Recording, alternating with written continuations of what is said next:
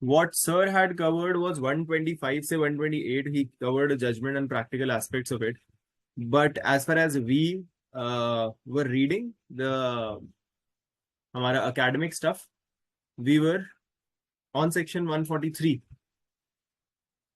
right?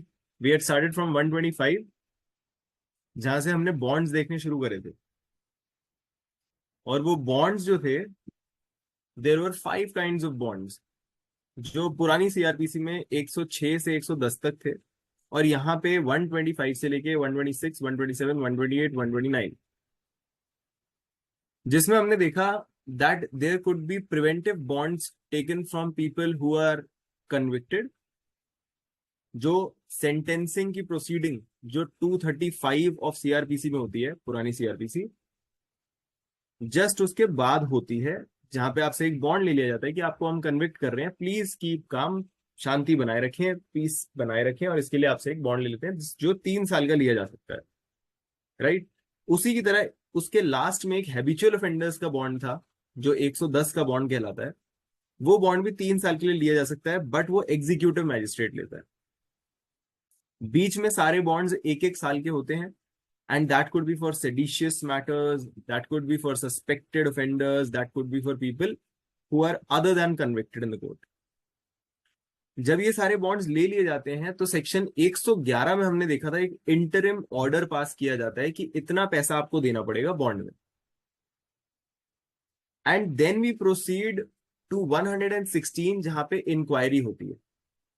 111 से 116 के बीच में वो सारी कार्यवाहियां होती हैं जिनके द्वारा जो भी अक्यूज्ड, जो भी सस्पेक्टेड, जो भी बंदा अंडर द फोकस होता है प्रिवेंटिव प्रोसीडिंग्स में, उसको चार्ज की तरह, जैसे नॉर्मल जुडिशियल प्रोसीडिंग में चार्ज दिया जाता है, वैसे यहां पे समन्स के साथ एक शो कॉज नोटिस भेज दिया जाता है विद द ऑर्डर कि आपके ऊपर हम इतना इतना बॉन्ड लगाने वाले हैं. इसमें सारा सब्सटेंस लिखा हुआ है, आपको समझा भी रहे हैं सब्सटेंस क्या है. 116 में इंक्वायरी चालू होने वाली है, आप आके शो कॉज कर दीजिए. अगर आपने कॉज दिखा दिया कि आपसे बॉन्ड नहीं लेना चाहिए तो आपको छोड़ देंगे, नहीं तो आपसे बॉन्ड लेंगे. 116 की इंक्वायरी होती है, एंड 116 की इंक्वायरी के बाद if the order is in the favour of the person, he is discharge in 118. If it is against him, then the bond is taken from him in 117. ठीक है? उस पूरे चैप्टर में मेन ये ही 5-6 sections थे. चार general section, sorry, discharge under 118 of CrPC, not BNSS. ठीक है? अब हम आ गए हैं नए टॉपिक के ऊपर जो है maintenance, which is very important as well as interesting. Sir ने 125 से 128 सारा कवर कर दिया था. यस. ठीक है, चलिए. So this is gonna be a recap of things.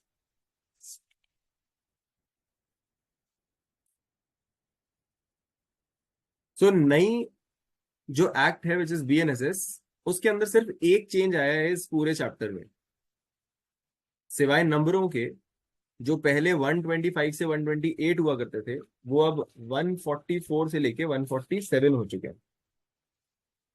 And 145 जो प्रोसीजर की बात करता है, जिसमें ज्यूरिसडिक्शन की बात करी गई है, उसमें ए बी सी, यहां तक तो हमारे पास सीआरपीसी में भी था, but BNS has added clause D as well, which is where his father और मदर रिजाइड्स.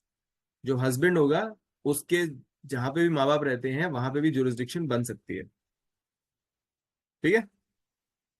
अब हम देखना शुरू करते हैं चैप्टर में और क्या है, एंड एक रिकैप लेते हैं.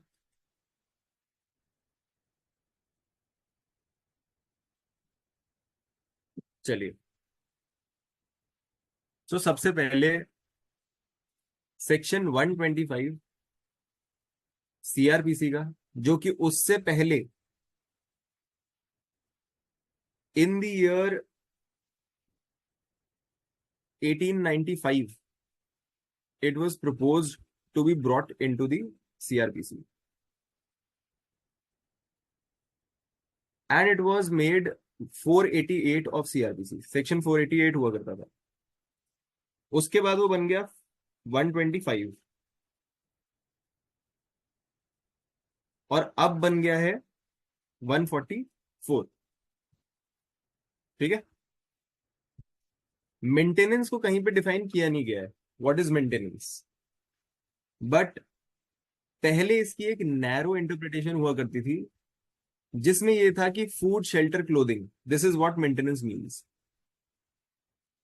Now after certain judgments what they have included is necessaries, aids, support देना, मेडिकल एक्सपेंसेस, जहां रह रही है वहां के पैसे देना, ये सारी चीजों को भी उसमें इंक्लूड कर दिया गया है। ऑब्जेक्ट क्या है इन सारे सेक्शंस का? The object is to protect the vulnerable members of the society, like wives, like children, like old aged people, from destitution and vagrancy, ताकि लोग सड़क पे ना आ जाए, considering that it is the natural and fundamental duty of a man to bear the expenses and maintain a family. ठीक है, and it is done under article 15(3) and article 39, जो हमें बताते हैं कि special provisions children and women के लिए बनाए जा सकते हैं। Now third is that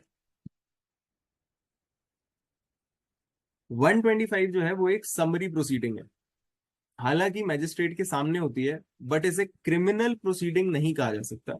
it's a civil proceeding for a very apparent and very obvious reason that हमें ये नहीं चाहिए कि हम हस्बैंड को उठा के जेल के पीछे फेंक दें। हमारा ऑब्जेक्ट नहीं है पनिश करना, it's not punitive, it is that he may be compelled to maintain the wife as he should because he married that lady and the conjugal relationship started and the incidental obligations arose, right? So in cases में क्या होता है कि हमने civil में तो बहुत सारे पहले भी प्रोसेस बनाए हुए थे, हमारे पास हामा भी था, HMGA भी था, हमारे पास और बहुत बतेरे एक्ट्स थे, but we did not have a summary procedure to address maintenance.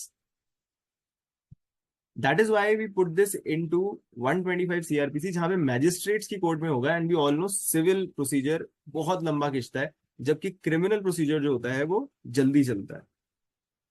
इसलिए यहाँ समरी प्रोसीजर बनाने के लिए हमने यहाँ पे भी ये प्रोसीडिंग जोड़ दी, एंड क्योंकि ये एक समरी प्रोसीडिंग है, the magistrate is only under an obligation to take prima facie cognizance of things. He does not have to go into the matrimonial dispute. He does not have to go into the merits. उसको सिर्फ prima facie देखना है कि आपकी एक legal marriage होनी चाहिए. There has to be circumstances जहां पे the person has sufficient means. He still neglects or refuses to maintain the parties. And the parties who are asking for maintenance are unable to maintain themselves. ये तीन चीजें होनी चाहिए। Beyond reasonable doubt वाले scene यहाँ पे हमें नहीं करने। ठीक है, चलिए अगला क्वेश्चन आता है, who can claim maintenance? Maintenance claim कौन कौन कर सकता है? वाइफ कर सकती है, ये हम सब लोग जानते हैं।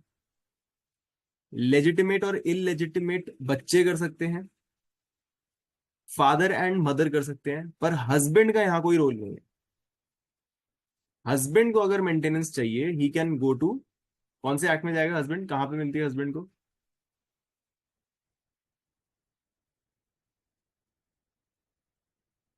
Anybody? What if the husband wants to claim maintenance from the wife?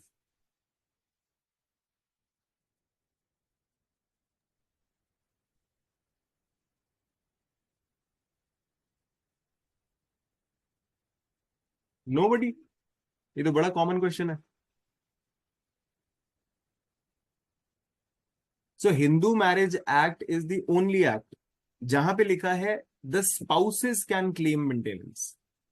Otherwise HMGA, GWA, DV act, 125, हर जगह it is only the husband जिससे मेंटेनेंस मांगी जाती है और वाइफ को दी जाती है, या बाकी लोगों को। HMA एक ऐसा एक्ट है जहां पे दोनों के लिए बनाया गया है। अगर वाइफ कमा रही है एंड हस्बैंड गोज डेस्टिट्यूट और the husband goes insufficient on his means, he can come under that act, ask for maintenance. ठीक है। नाउ बच्चों का क्या है, लेजिटिमेट इलेजिटिमेट दोनों तरह के बच्चे आते हैं, बट माइनर एंड मेजॉरिटी में फर्क है। सो लेजिटिमेट और इलेजिटिमेट माइनर चाइल्ड, चाहे उनकी शादी हुई हो चाहे ना हुई हो, उनको तो आपको पालना ही पड़ेगा।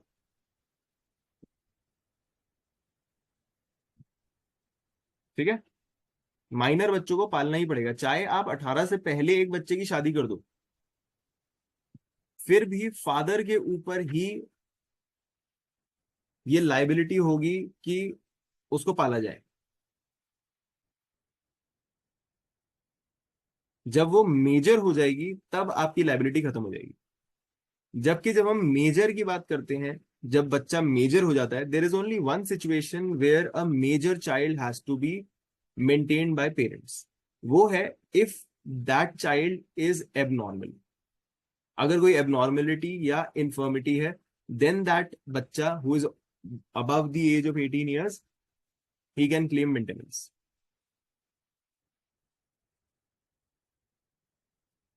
ठीक है। अब सबसे पहले हम वाइफ पे आ जाते हैं, वाइफ की मेंटेनेंस, बिकॉज सबसे ज्यादा मुकदमे इसी पे आते हैं। ठीक है। So first thing to know is that wife में कौन कौन सी सिचुएशंस में आपको मेंटेनेंस मिलेगी और कौन सी सिचुएशंस में नहीं मिलेगी। The first thing you have to show is that you have insufficient means as a wife. Second, that husband has sufficient means. And third, that he has neglected or refused to maintain. This is very important. He must have neglected or refused. अब neglect करना और refuse करना दोनों की क्या व्याख्या है, कैसे एक्सप्लेन किया जाता है, कब कब हम बोल सकते हैं कि हमें neglect कर दिया गया या refuse कर दिया गया। रिफ्यूजल तो चलो हम समझ सकते हैं कि मुंह से ही मना कर दिया, नहीं देता जा। निग्लेक्ट जो होता है वो कंडक्ट से होता है।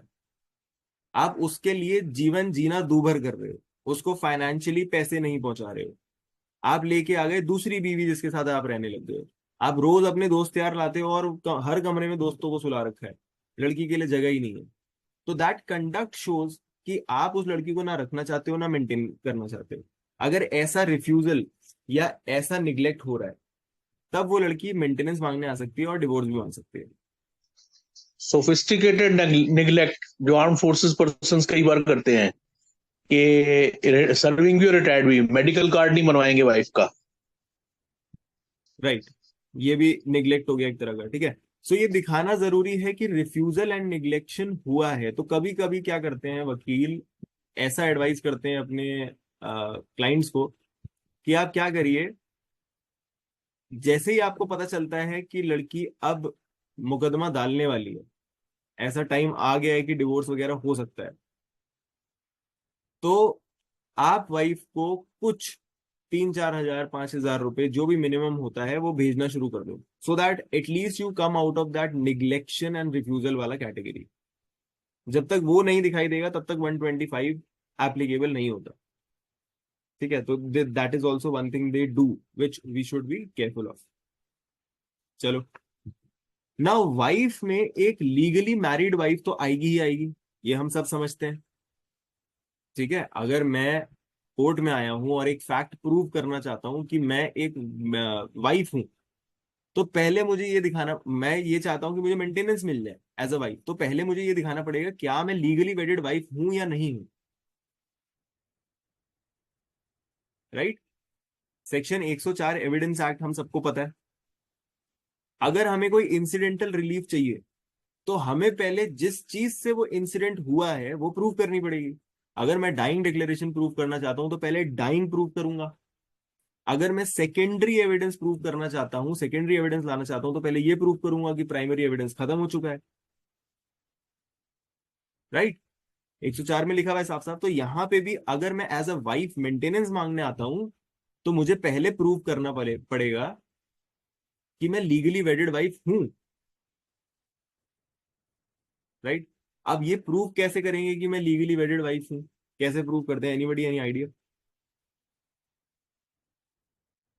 Sir, marriage photographs, invitation card, Marriage certificate? marriage certificate. Sorry, I right, didn't get it. Am right, I right. right, Maga? Marriage certificate? हाँ जी, हाँ जी। सो किसी भी तरह का आप एविडेंस ला सकते हैं, witnesses of marriage. Witnesses And of Raghav, one marriage more ला thing, सकते हैं। refuses to maintain in a sense, one refuses to maintain in a sense, neglect, okay, I understand, but refuse, how do you, how to prove refusal? हाँ, because आपको बस, circumstances से, circumstances से आप prove करेंगे that देखिए मेरे को कोई पैसा मिल नहीं रहा है, आप ये मेरे को ये कुछ भी लाके देता नहीं है, व्हाट्सएप चैट दिखा दी। बहुत तरीके हो सकते हैं, उसमें कोई फिक्स तो नहीं है कि कैसे प्रूव करना है। ठीक है, चलिए। तो पहले तो आप बताओगे मैं लीगली वेडेड वाइफ हूं। अब कभी कभी क्या होता है कि आप लीगली वेडेड वाइफ तो होते हो, मगर आपके पास उसका कोई रिकॉर्ड नहीं होता। सेक्शन 8 जो है रजिस्टर अपना हिंदू मैरिज एक्ट का, वो बताता है कि एक तो लीगल मैरिज तब होती है जब किसी भी एक पार्टी की सेरेमनीज, राइट्स एंड रिचुअल्स को फॉलो किया गया हो, किसी भी एक party, either of the parties का, राइट? या तो आप वो दिखाओ, या फिर जो मैरिज रजिस्टर होता है that would raise a presumption कि आपकी वैलिड मैरिज हुई थी, या फिर आप फोटोज, विटनेसेस, ये सब चीजों से दिखा दो। बट इस चीज को लेकर जो मैजिस्ट्रेट है, he does not again have to go into the depth, he only will take into account prima facie evidence, क्योंकि उसको यहाँ पे समरी प्रोसीडिंग चलानी है। मोर ओवर, आज की डेट में the nature of marriage and nature of relationships between two people in the nature of marriage have changed. एक मुकदमा आया डी वेलुस्वामी नाम से 2010 में।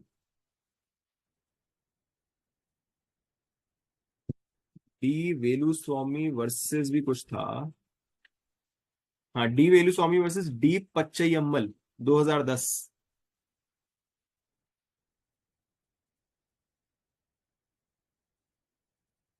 और उसके साथ साथ एक मुकदमा आया चन मुनिया वर्सेस वीरेंद्र कुमार कुशवाहा 2011। 2010 2011 के ये दो केस है, डी वेलुस्वामी एंड चन मुनिया, 2010 2011। इसमें ये बताया गया कि भाई आज की डेट में मैरिज सिर्फ वो वाली मैरिज नहीं है जिसके अंदर आप लोग 7 फेरे लेके और दूल्हा दुल्हन बन के अपने घर पहुंचते हो और शादी रजिस्टर कराते हो। आज की डेट में लिव इन रिलेशंस का भी ट्रेंड है। और अगर ऐसी कोई सिचुएशन है जिसमें मियां बीवी या दो लोग जो मियां बीवी नहीं है, मियां बीवी की तरह रहते हैं for a reasonably long period of time, ठीक है, that is a live in relationship, and the wife though not legally married can claim maintenance. ये बोला गया डी वेलुस्वामी में। एंड चन मुनिया ने बोला that broad and expansive interpretation should be given to the term wife, to include even those cases where a man and woman have been living together as husband and wife for a reasonably long period of time, and strict proof of marriage should not be a precondition for maintenance under 125। so strict proof वाले scene 125 में नहीं आते। आप चाहें तो, जैसे आपने कहा, रजिस्टर से दिखा दो, मैरिज फोटोज से दिखा दो, विटनेसेस से दिखा दो, सर्टिफिकेट से दिखा दो, नहीं तो लॉन्ग कोहैबिटेशन से दिखा दो। ठीक है, तो पहले तो legally valid, legally married wife हो गई, ठीक। दूसरा हो गई डिवोर्स्ड वाइफ। क्या डिवोर्स्ड वाइफ को मेंटेनेंस का हक है?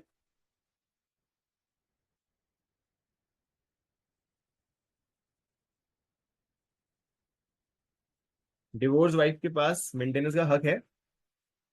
yes, if she's not definitely है। remarried.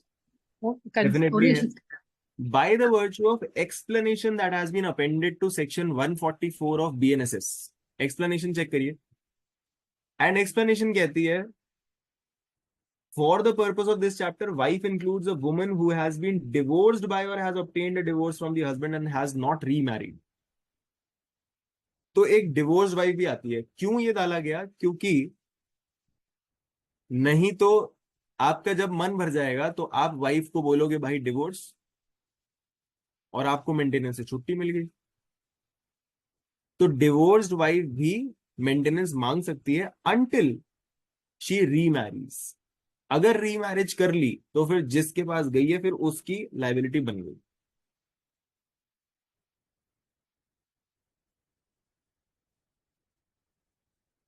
ठीक है. सो पहली वाइफ हो गई लीगली वैलिड वाइफ, हम सब जानते हैं. दूसरी वाइफ हो गई डिवोर्स्ड वाइफ. अब ये बताओ, क्या एक ऐसी वाइफ जो एक पहले से लीगली वैलिड वाइफ के होते हुए वाइफ बन जाए, माने सेकंड मैरिज, क्या उस वाइफ को मेंटेनेंस मिलेगी?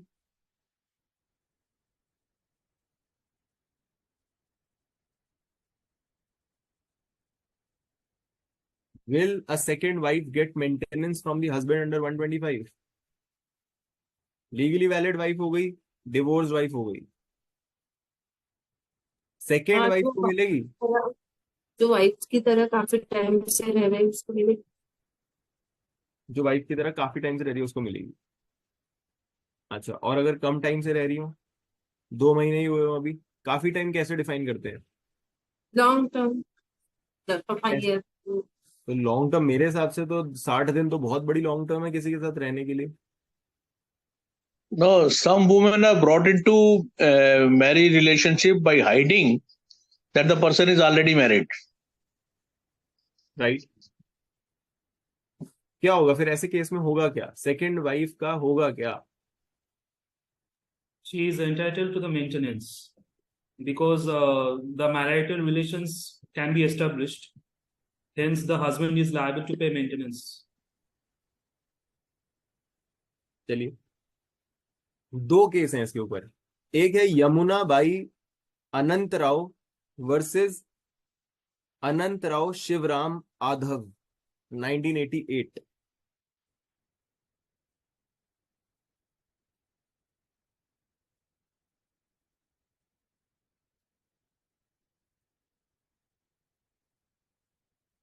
यमुना भाई अनंत राव वर्सेस अनंत राव शिवराम आधव 1988, जिसमें ये बताया गया कि 125 लीगली वेडेड वाइफ को ही मेंटेनेंस प्रदान करता है. Obviously taking into consideration your personal laws, because if you are Muslim you can validly take 4 wives. मगर हिंदूज की अगर बात करी जाए तो legally valid wife only, second wife को मेंटेनेंस का कोई हक नहीं. बट ये केस है 1988 का. उसके बाद एक और केस आता है जो बहुत फेमस है, बादशाह वर्सेस उर्मिला बादशाह 2014. बादशाह वर्सेस उर्मिला बादशाह 2014. ये लिखते रहना केसेस, बड़े ध्यान से ढूंढने हैं. Raghav, just send it in the group, no? Because the spellings and all, sometimes you just miss it. Please. Group पे इतने सारे तो नहीं लिख पाऊंगा. अभी आगे भी बहुत सारे आ रहे हैं, 20-25 केस लॉज हैं. तो आप जितना नोट कर पाओ वो कर लो. अगर किसी की स्पेलिंग ना समझ आए तो मुझे भेजना, मैं ग्रुप में करेक्ट कर दूंगा. अभी भी अगर पूछनी हो तो मेरे से पूछते रहना. But let's do it after the class. So Badshah versus Urmila बादशाह 2014 में आया, जिन्होंने बोला सेकेंड वाइफ को मेंटेनेंस तब मिल सकती है जब, जैसा सुधीर सर ने बोला, अगर उससे छुपाकर पहली मैरिज उससे छुपाई गई हो और तब उससे मैरिज कर ली गई हो. स्टेटस ऑफ द मैरिज तो ये वॉइड ही है, बिकॉज हमारे यहाँ 2 स्पाउसेस नहीं रखे जा सकते. While 1 spouse is living you can not take a second wife. कहां पे लिखा है ये? Hindu Act. हिंदू मैरिज है. हिंदू मैरिज एक्ट में तो लिखा ही होगा. वहां कौन से सेक्शन में लिखा है?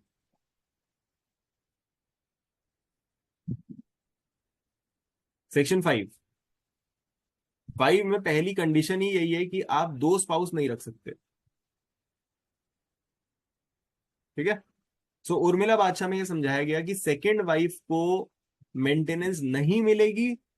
अगर पहली वाइफ के बारे में आपको पता है, आप फिर भी शादी करने पहुंच जाते हो, तो आपको कोई हक नहीं है। मगर अगर आपसे छुपा कर कि मेरी शादी हो चुकी है फिर आपसे शादी कर ली जाए, उस केस में आपको मेंटेनेंस मिलेगी। तो ये दो केस समझ आ गए, यमुना बाई अनंत राव और दूसरा बादशाह वर्सेस उर्मिला बादशाह, 1988 एंड 2014। तो हमने क्या क्या देख लिया? लीगली वैलिड वाइफ देख, वैलिड मैरिड वाइफ देख ली, डिवोर्स वाइफ देख ली, ठीक है, और फिर उसके बाद सेकंड वाइफ देख ली। तीन तरह की वाइफ देख ली हमने। यहां तक क्लियर?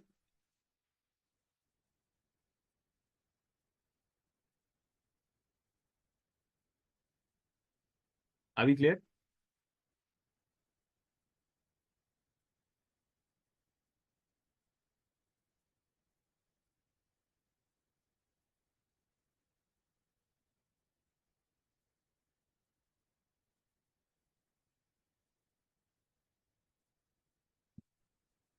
अभी फाइन? ठीक, चलो भाई, ये सारी वाइफ्स की बात हो गई।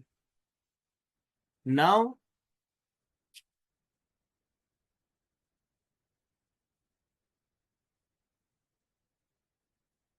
Let's talk about maintenance for Muslim wives.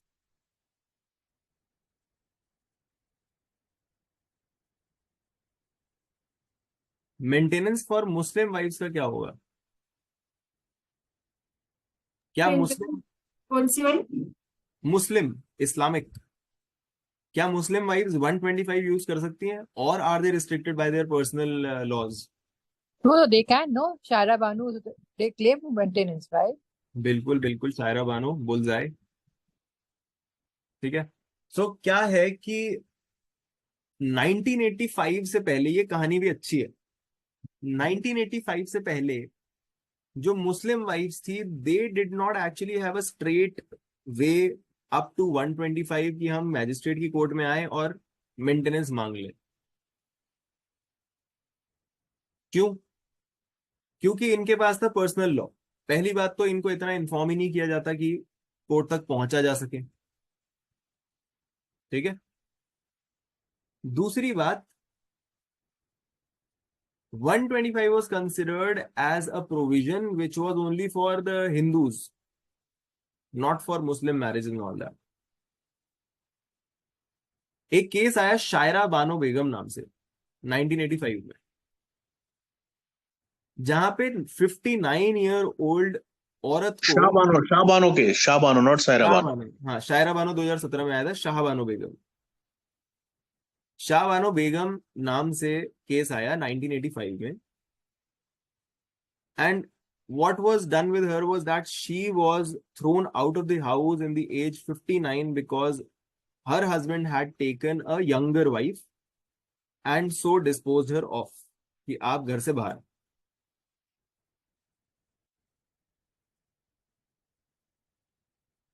ठीक है।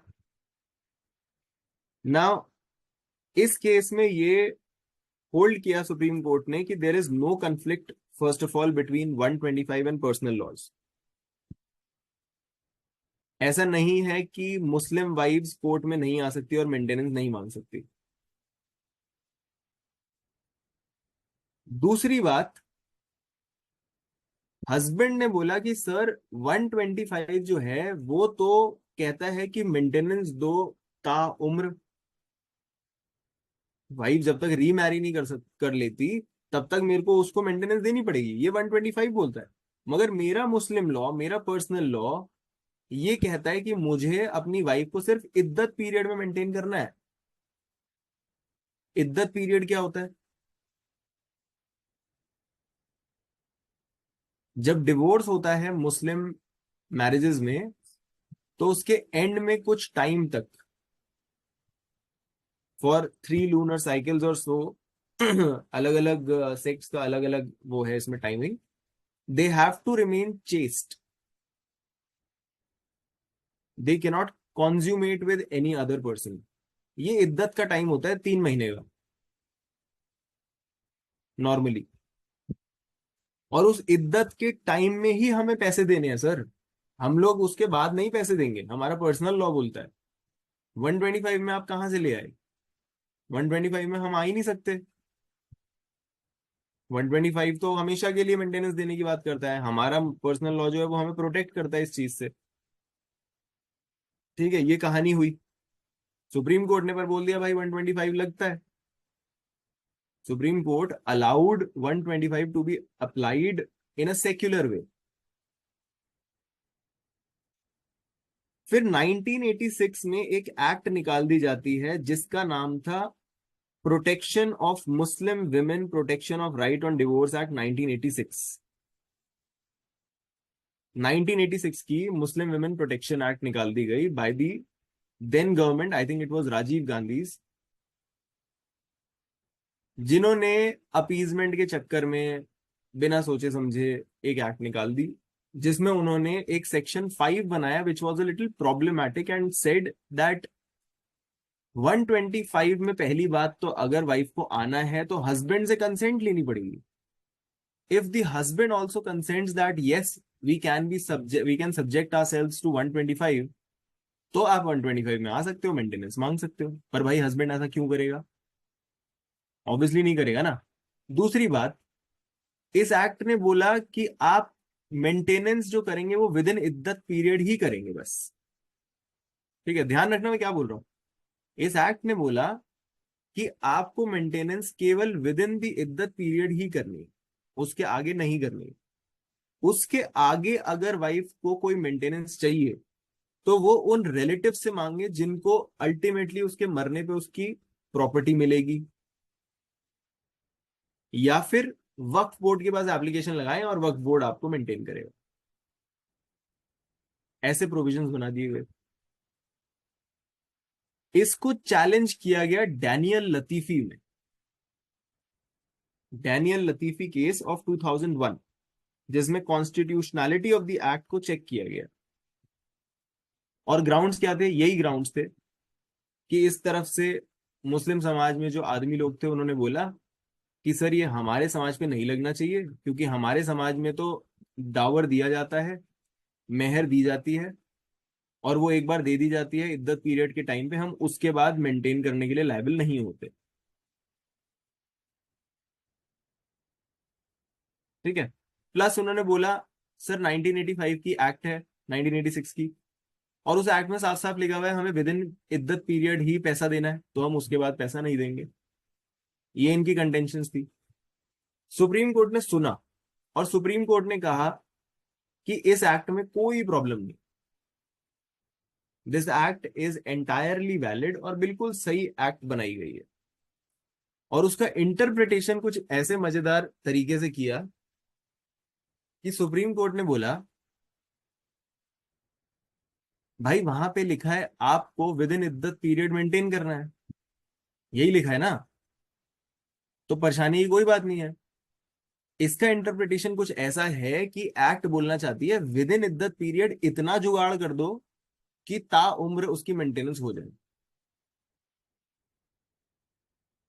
ये नहीं कह रहे कि बस विद इन इद्दत पीरियड ही पैसा दो और उसके बाद पैसा देने की जरूरत नहीं है।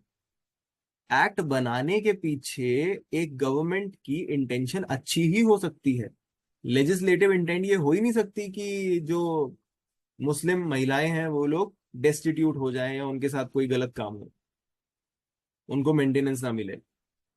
बल्कि इंटरप्रिटेशन इसकी कुछ इस तरह से होनी चाहिए, या लेजिस्लेटिव इंटेंट कुछ इस तरह से रही होगी कि आप विद इन इद्दत पीरियड इतना जुगाड़ कर दो कि आगे उसे जरूरत ही ना पड़े। तो आपके तो ज्यादा अच्छे प्रोविजंस हैं, ज्यादा ख्याल रखा गया है मुस्लिम महिलाओं का कि 3 महीने के अंदर अंदर जुगाड़ करना है, मजा आ जाएगा।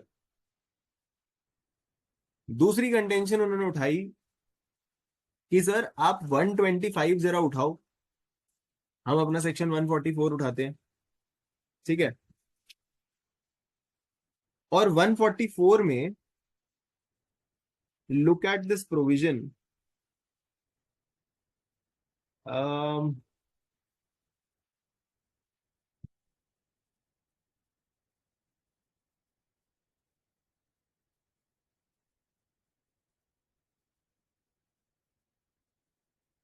एक तो बीएनएसएस में ढूंढना ना अपने आप में,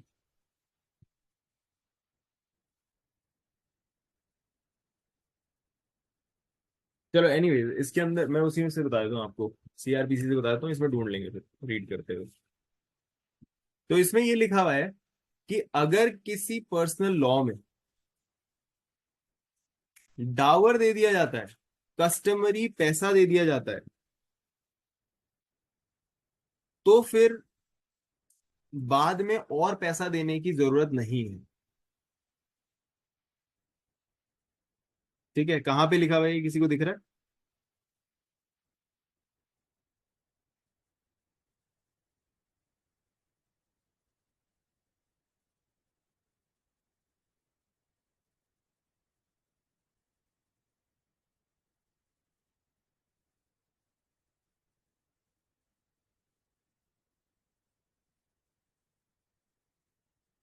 हम्म, ये 127 जो ऑल्ट्रेशन है उसके 3 में लिखा है, 3 के बी में, 127 के 3 का बी चेक करो, या फिर 146 के 3 का बी चेक करो बीएनएसएस में।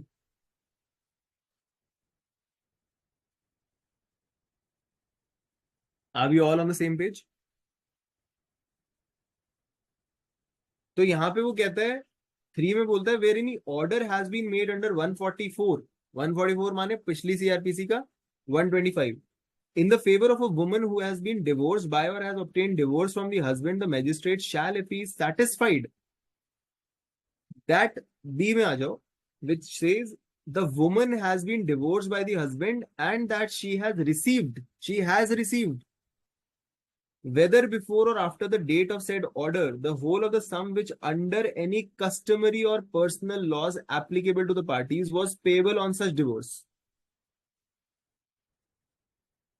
क्या बोल रहा है कि मैजिस्ट्रेट ये सेटिस्फैक्शन कर ले कि लड़की को डिवोर्स होने पे जो कस्टमरी पैसा मिलना चाहिए था वो पैसा मिल चुका है, तो वो फिर 125 में कोई मेंटेनेंस नहीं बांधेगा, वो ऐसा ऑर्डर कैंसिल कर सकता है कि चलिए आपको पर्सनल लॉ में जो मेंटेनेंस मिलनी थी, कस्टमरी लॉ मिलना था, वो मिल गया।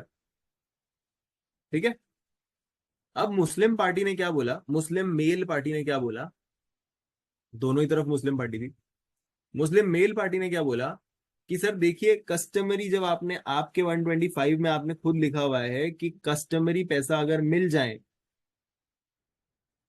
तो उसको आपको अलग से मेंटेनेंस देने की जरूरत नहीं है। सुप्रीम कोर्ट ने बोला बिल्कुल ठीक बात है। तो उन्होंने कहा सर फिर तो नहीं बनती ना, अगर कस्टमरी पर्सनल लॉ में जो भी सम बनता है वो पहुंच जाए। उन्होंने कहा हाँ। तो सुप्रीम कोर्ट ने बोला एक बात बताओ, आप जो डावर या मेहर देते हो,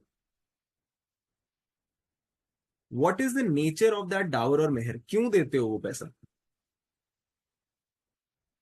इज दैट अ कॉन्ट्रैक्ट कि आपके यहां लड़की आई है तो आपने पैसा दे दिया? मुस्लिम मेल साइड ने बोला कि नहीं सर ऐसा कुछ नहीं है, it's not a contractual thing, we don't want to downgrade women, it's a mark of respect,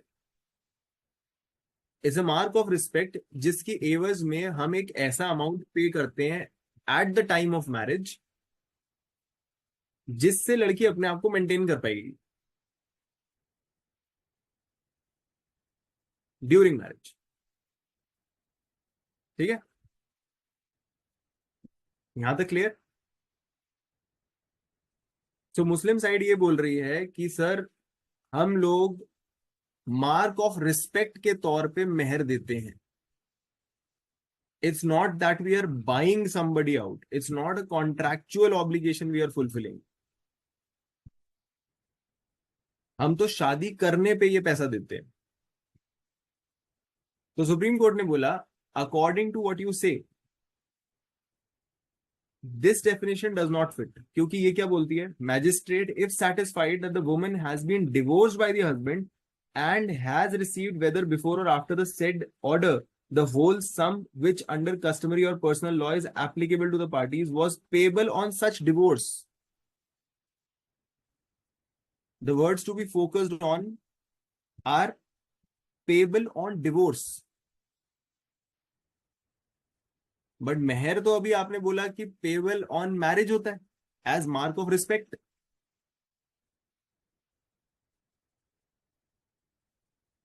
right. Hence मेहर एंड डावर का केस यहां पे आता ही नहीं. इस तरीके से 125 3 से भी निकाल दिया एंड 1986 की एक्ट के सेक्शन 5 से भी बाहर निकाल दिया. और अब ये हो गया है कि विद इन इद्दत तुम तो जुगाड़ करो ही करो, साथ में 125 में अगर उसको पूरा नहीं पड़ता तो मेंटेनेंस मांगने भी आ सकती है. That is how 125 becomes a secular provision. अब आप कहोगे ये पेबल ऑन डिवोर्स फिर लगता किसके ऊपर है? तो देर आर मोर कम्युनिटीज, जैसे आपकी संथालीज होते हैं एंड कुछ पारसीज भी होते हैं, जिनके यहाँ पे डिवोर्स पे कुछ पेमेंट करी जाती है. डिवोर्स के एवज में पेमेंट होती है, जिसको वो एक आखिरी पर्सनल लॉ की कस्टमरी पेमेंट मानते हैं, जिसके बाद उनको और मेंटेन करने की जरूरत नहीं होती. तो ये प्रोविजन उन पे लागू होगा, उनके पर्सनल लॉज पे लागू होगा. बट बिकॉज डावर और मेहर supposedly is paid as a mark of respect when the wife comes and it becomes due as soon as the marriage happens, क्योंकि मुस्लिमों के बीच में मैरिज के लिए देयर हैज टू बी इजब एंड कुबूल, offer and acceptance along with consideration, जो होती है मेहर. अगर ये तीन चीजें नहीं होंगी तो मैरिज नहीं होगी. तो ये at the time of marriage present होना चाहिए. कंसिडरेशन जो मेहर है वो at the time of marriage होना चाहिए. इट्स नॉट मनी और amount paid at the time of divorce. Hence 125 127 का 3 का 2 और 146 के 3 का 2 BNSS इज नॉट एप्लीकेबल. समझ आ गई? Everybody clear? पक्का? तो बहुत प्यारी इंटरप्रिटेशन करी थी. और इसको अगर आप उसमें जजमेंट में पढ़ोगे तो मजा आ जाता है पढ़ के. मतलब सुप्रीम कोर्ट दिखा रहा है कि हमें सुप्रीम कोर्ट क्यों कहा जाता है. बहुत प्यारी जजमेंट है. ठीक है. सो हमने देख लिया लीगली वेडेड वाइफ देख ली, लीगली वेडेड वाइफ डिवोर्स होने पर देख ली, जो रीमैरी नहीं करती. फिर हमने सेकेंड वाइफ देख ली, हमने लिव इन रिलेशनशिप में रहने वाली वाइफ देख ली, और हमने मुस्लिम वाइफ भी देख ली. ठीक है जी. और उनके केसेस भी देख लिए सारे. अब आ जाते हैं ऑन द क्वेश्चन कि ये मेंटेनेंस की लायबिलिटी अराइज कब होती है, जिसपे हमने पहले ही बात करी. 3 चीजें दिखानी. पहली चीज, जिस आदमी से आप मांग रहे हो उसके पास सफिशिएंट मींस हैं. अब जब हम सफिशिएंट मींस कहते हैं तो वो क्या होते हैं sufficient means? What is Property, sufficient? income, everything. All the Everything. assets, right? Everything में क्या क्या आएगा? Property, income, shares, everything. और अगर प्रॉपर्टी इनकम शेयर उसके पास नहीं है तो? So these are not sufficient. अच्छा, anybody else with different opinion? वो काम करके at least he should fit to do work and maintain himself and his wife. काम करके एटलीस्ट कुछ लाएं हाँ. तो उसको हम सफिशिएंट मींस बोलेंगे. मतलब 2 आदमी का अगर पैसा ला सकता है तो उसको सफिशिएंट मींस बोलेंगे. फिजिकली. एनीबडी अगर उसके पास वो पैसा भी नहीं है 2 आदमी का, फिर क्या बोलेंगे? फिर इनसफिशिएंट बोलेंगे. Any Lafla's parents, am I right?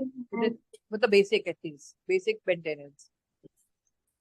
उसके पास बेसिक पैसे भी नहीं है. उसके पास दिन के जो 70 रुपए 150 रुपए कुछ लगाए हुए हैं गवर्नमेंट ने, जो आदमी के पास होने चाहिए एवरी डे खाना खाने के लिए, जो पॉवर्टी लाइन वाला सीन होता है, उसके पास वो भी नहीं है.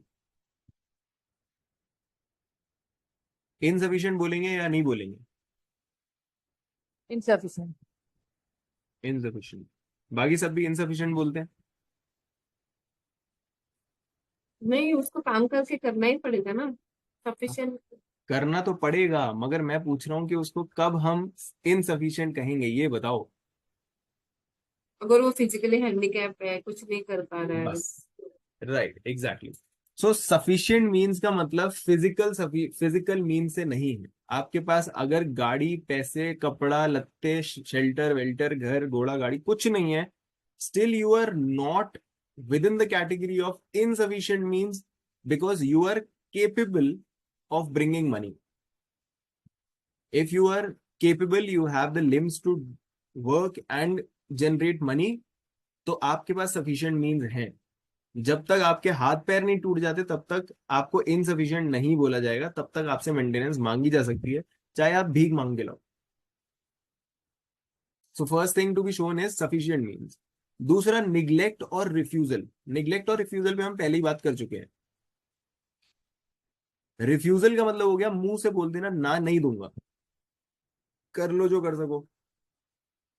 मुंह से ही मना कर दिया, व्हाट्सएप चैट दिखा दिया आपने या और कुछ दिखा दिया, लिखी हुई बात। निग्लेक्ट हो गया जब वो कंडक्ट से निग्लेक्ट कर देता है कि आपको ना वो पैसे दे रहा है, ना तो वो आपके बैंक अकाउंट्स आपको चलाने दे रहा है, या वो घर में मिस्ट्रेस लेके आ गया, दूसरी शादी कराया। ये सारे केसेस में माना जाएगा कि ही हैज निग्लेक्टेड और रिफ्यूज टू मेंटेन यू। ठीक है, मेंटेन का मतलब सिर्फ पैसे देना नहीं है वाइफ को, it is also to maintain her with dignity. तो अगर घर में कोई वाइफ आ जाती है, it becomes a just cause for the first wife to leave the house and on top of it ask maintenance from you so that she can live comfortably with the same standards in a different place। तो neglect और refusal दूसरी चीज हो गई। And then तीसरी चीज क्या दिखानी है, that wife is unable to maintain herself. अब ये कब बोलेंगे कि wife unable to maintain herself है? When she has no property in her name or no income. अच्छा, और अगर उसके घर वालों के पास बहुत प्रॉपर्टी है, बहुत पैसे वाले हैं? In her name, specifically in her Doesn't name. matter. Doesn't matter if a father or mother is wealthy or not wealthy. All that matters is whether she is able to earn her living, Yes. or whether चलो, she is capable, educationally qualified to earn a living or not. चलो, got your point। She is And I think if she has educationally property qualified। also, Raghav, the maintenance doesn't happen so easily, right? Yes. Sorry? She has property in her name, then also she maintenance will be a little less, right? आते हैं उस पे। So unable to maintain herself को हम, अच्छा, अगर एक wife को डिवोर्स दे दिया गया, at the time of divorce she has nothing but she is educationally qualified. शादी करने के बाद उसने सारा काम धंधा छोड़ दिया था, घर के कामकाज में लग गई थी, अब आपने उसको उठा के बाहर फेंक दिया। After 3 or 4 months, 6 months, she applies to places and she gets a job. Is she still entitled to maintenance? Yes, because she's got a job now only, no? But at the time of divorce or whatever, she was not working. If she's got it just now, तो क्या उसे सिर्फ पिछले 6 महीने का पैसा मिलेगा या आगे भी मिलता रहेगा? Even she is working, she is maintained, she is eligible to maintain. Sulakshana जी बहुत मुकदमे कर रही हैं मैट्रिमोनियल। सारे जवाब पता है इन्हें। She is eligible. चलो, जजमेंट से राइट। सो इसको कुछ इस तरीके से बताया गया इन द जजमेंट चतुर्भुज वर्सेस सीताबाई। चतुर्भुज वर्सेस सीताबाई 2008। इसमें बोला गया, मेन बात ये बोली गई, means of the wife when she was deserted by the husband has to be considered. जब आपने उसे छोड़ा तब उसके क्या हालत थी ये देखा जाएगा और उस बेसिस पे मेंटेनेंस बांधी जाएगी। Afterwards she used her efforts, she used her इसका ईयर कौन सा है sir? 2008। What she started earning by herself, by her efforts after the desertion to survive somehow is not considered। आपको एज अ हस्बैंड उसको maintain करना था, उस time पे उसकी क्या सैलरी और क्या हालत थी हम ये देखेंगे। And maintenance will continue even if she has started earning well. May be afterwards change in circumstance वगैरह की एप्लीकेशन लगा के 127 में कोर्ट वगैरह अपनी डिस्क्रिप्शन यूज करके आपको रिलीफ दे सकती है. But when you are asking for maintenance, when you have deserted और divorced a wife, we have to see कि डिवोर्स के टाइम पे या डिजर्शन के टाइम पे उसकी क्या हालत थी, उस हिसाब से ये डिटरमिन किया जाएगा कि इनसफिशिएंट मींस है या नहीं. So these are the conditions which are needed for institution of a proceeding, criminal proceeding under 125 of the CRPC or 144 of BNSS. ठीक है. अब हमने देख लिए कब मिलेगी मेंटेनेंस. अब ये बताओ कब मेंटेनेंस नहीं मिलेगी.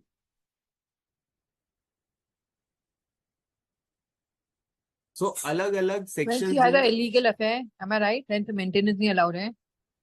हाँ, yes, that is In one a of. case of cheating, sir लेकिन ये तो एविडेंस के टाइम पे आएगा, इंटरनल मेंटेनेंस तो पहले स्टार्ट पास हो जाएगा ना. हाँ, इंटरम तो पहले पास हो जाएगा.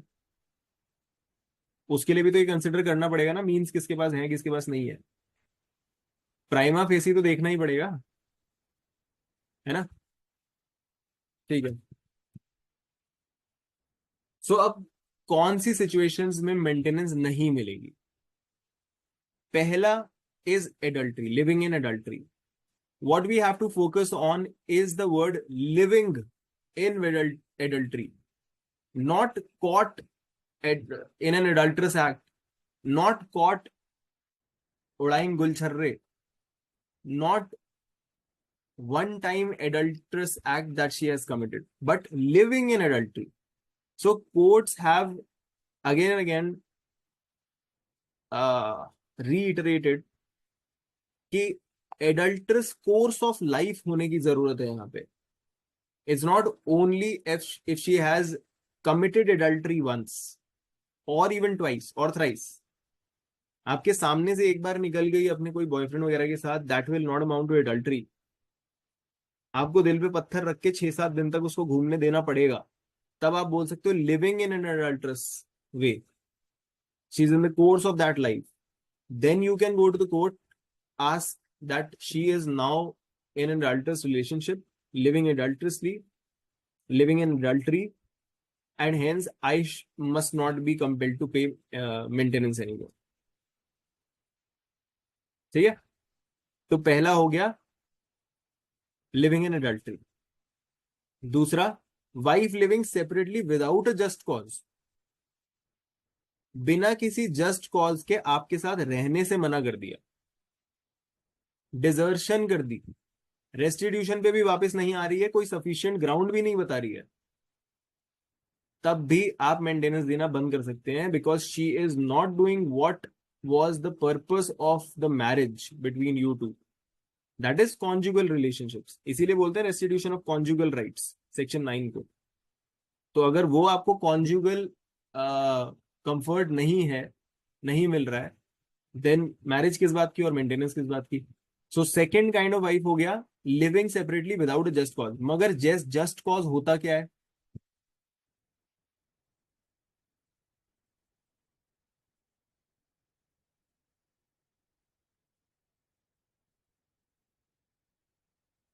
जस्ट कॉज होता क्या है?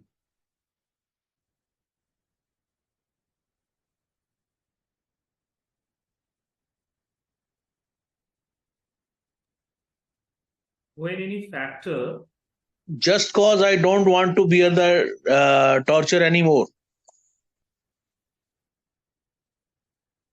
Torturers relationship. ओके, or एक there जस्ट कॉज is तो any हमें इन्होंने factor, यहीं पे बता दिया. or there is any physical factor causing hindrance in the conjugal relation, or there is a difference in mentality and the lifestyle between the family of the husband and the family of the wife. There is a huge difference. हाँ जी, बिल्कुल ठीक है. सो ऐसी बहुत सारी चीजें हो सकती हैं जिसको जस्ट कॉज कहा जा सकता है कि मैं इसके साथ नहीं रहना चाहती. हो सकता है he suffering from a disease, HIV वगैरह टाइप का सीन हो गया. हो सकता है इम्पोर्टेंस है.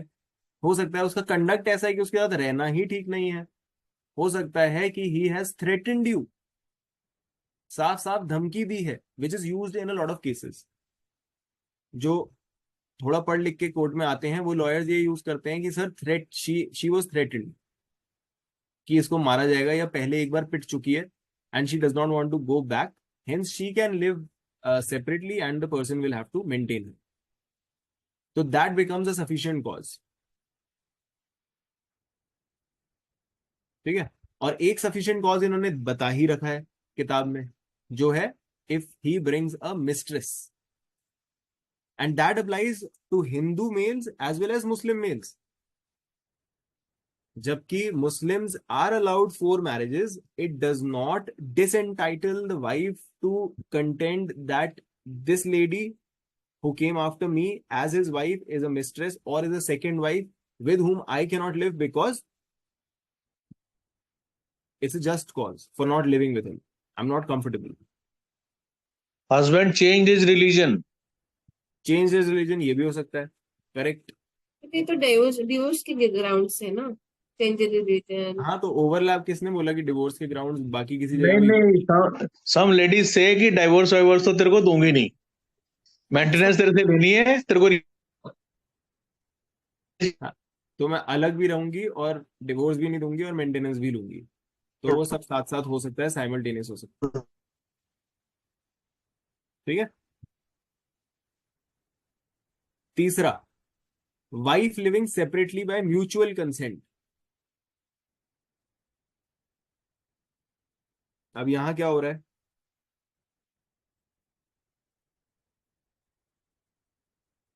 दोनों के बीच में म्यूचुअल कंसेंट हो जाता है कि मेरे को साथ में रहना ही नहीं, हमें अलग अलग ही रहना है, और उनके बीच में ये समझौता हो गया कि मैं मेंटेनेंस नहीं नहीं। समझौता नहीं भी हुआ, she has got professional commitments to live away. ऐसा भी हो सकता है, तो म्यूचुअल कंसेंट है कि मैं अलग रहना चाहती हूँ, तो उस केस में मेंटेनेंस नहीं मिलेगी। सेकेंड रीजन क्या था सर? कौन से, किस चीज में सेकंड रीजन? ये तीसरा आपने बोला ना, पहला था एडल्ट्री, And दूसरा living separately without a cause, and अब आ गया म्यूचुअल कंसेंट में यू आर लिविंग सेपरेटली। ठीक है। अब इसमें एक केस है जो बताता है कि म्यूचुअल कंसेंट से अलग रहना और म्यूचुअल कंसेंट से डिवोर्स लेके अलग रहना में फर्क है। अगर मैं म्यूचुअल कंसेंट से अलग रह रही हूं, उस टाइम पे मेरे को मेंटेनेंस का कोई सीन नहीं है। जैसे सुधीर जी ने बताया, मैं नौकरी के लिए अलग रह रही हूँ, तो ये थोड़ी बोलूंगी मैं अलग रह रही हूँ, मेरे को पैसे दो, म्यूचुअल कंसेंट से अलग रह रही हूँ। बट मैंने डिवोर्स ले लिया है और हमारे बीच में म्यूचुअल कंसेंट हुआ है, तो हमारे म्यूचुअल कंसेंट में अगर लिखा है कि मेरे को मेंटेनेंस मिलनी चाहिए तो मुझे मेंटेनेंस मिलेगी। अगर नहीं भी लिखा है तो बाद में भी wife can come to the court and ask for maintenance. कई लोग ऐसा होशियारी करने की कोशिश करते हैं कि म्यूचुअल कंसेंट में डाल देते हैं कि मैंने अपने सारे राइट्स त्याग दिए हैं, ये कर दिया है, वो कर दिया है, and I don't want any maintenance and all that. That really does not work, because it is against public policy. You cannot have an agreement which can go against the law or which can disentitle a person from exercising their rights. ठीक है, तो उस चीज से कोई फर्क नहीं पड़ता। सो एक केस है वनमाला वर्सेस HM राग क्या लिखा है, रंगनाथा भट्टा 1995, which has said that Just type it no, please. This case a little tough. Just type it no, please. VANAMALA Vanamala versus HM Ranganatha Bhatta RANGANATHA BHATTA भट्टा 1995, which says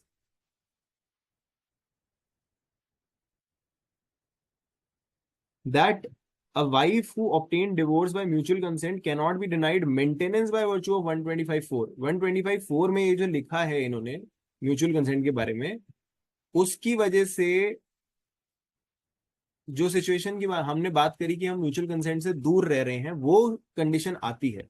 म्यूचुअल कंसेंट से जब हम डिवोर्स लेते हैं वो सिचुएशन नहीं आती। म्यूचुअल कंसेंट से सेपरेटली रहने का कंसेंट दे देना is a different thing, and mutual consent से डिवोर्स ले लेना इज अ डिफरेंट थिंग। यही चीज म्यूचुअल कंसेंट की एक बहुत फेमस जजमेंट है, हरवीन कौर वर्सेस अमरजीत सिंह, शायद 2014 की, 2017 की। उसमें भी ये बात कही गई है और उसमें गाइडलाइंस भी दी गई है म्यूचुअल डिवोर्स के बारे में। ठीक है, सो this is a different thing. तो ये तीसरी चीज हो गई। कौन बोला आपने, वापस बोलिए एक बार प्लीज। क्या चीज?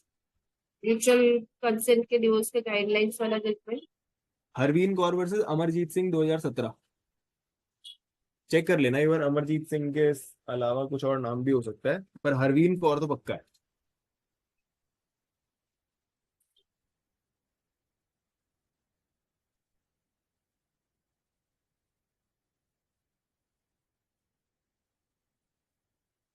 ठीक है, चौथा हो गया व्हेन अ वाइफ रीमैरीज। ये हम पहले ही बात कर चुके हैं, रीमैरिज हुई तो कैंसिल हो जाएगा।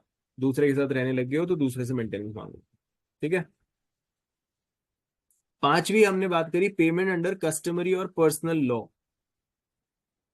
तो कस्टमरी या पर्सनल लॉ में अगर पेमेंट हो गई तो भी आपको मेंटेनेंस नहीं मिलेगी। If that is a customary और a personal law maintenance on the virtue और on the incidence of divorce, so dower और मेहर को इसमें से निकाल दिया गया। वो कहानी मैंने आपको सुना दी पूरी।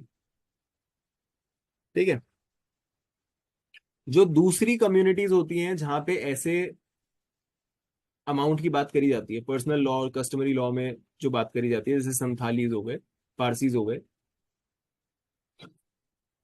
इन लोगों के ऊपर भी it's not like they will get rid of maintenance just because they have paid a meagre amount as customary amount. इनको भी कोर्ट स्क्रूटनाइज कर सकती है और उसको कोई रिलीजियस राइट्स के साथ दखल अंदाजी नहीं माना जाएगा, बिकॉज अल्टीमेटली 15 का जो 3 है, आर्टिकल 15 का 3 और 4, that is a fundamental right protecting women and children, जिसके बेसिस पे ये सारे सेक्शंस बने हैं।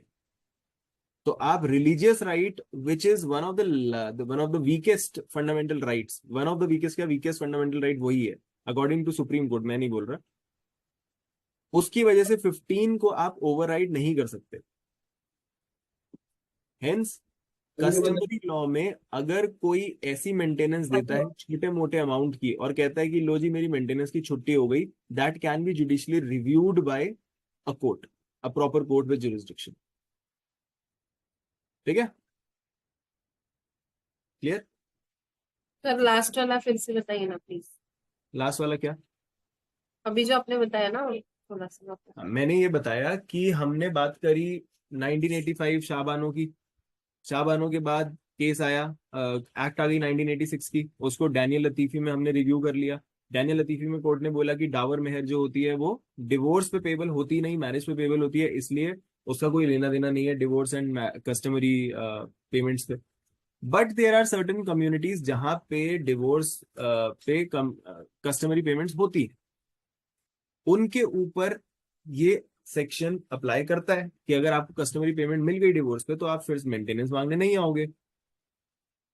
मगर क्या इस मेंटेनेंस के मिल जाने से 125 का रास्ता बार हो जाता है? ऐसा नहीं होता। ऐसा क्यों नहीं होता?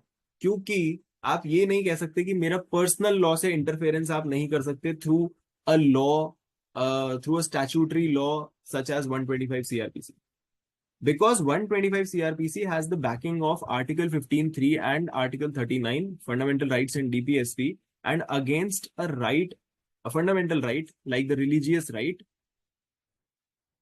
15(3) being a fundamental right, one of the strongest fundamental right, strong stands tall.